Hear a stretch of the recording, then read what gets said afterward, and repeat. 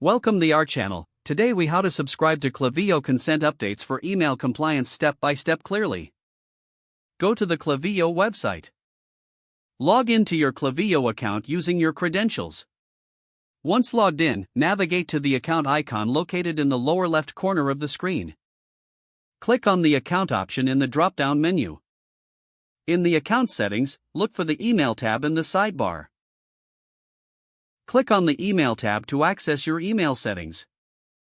Scroll down to find the section for email compliance and consent updates. Check the box next to the Consent Updates option. Make sure to enter a valid email address if prompted. After confirming your selection, look for the button to save changes. Click the Save Changes button to finalize your subscription. You should see a confirmation message indicating that your subscription was successful. Keep an eye on your inbox for future consent update communications from Klaviyo. Uncheck the subscription box and save your changes again. This process ensures you stay informed about the latest email compliance guidelines from Klaviyo. If the page does not load, refresh the browser or try again in a private or incognito window. Make sure you are using the correct email address, then retype it carefully to avoid small typos. If your password is not accepted, use the reset option and create a new strong password you can remember.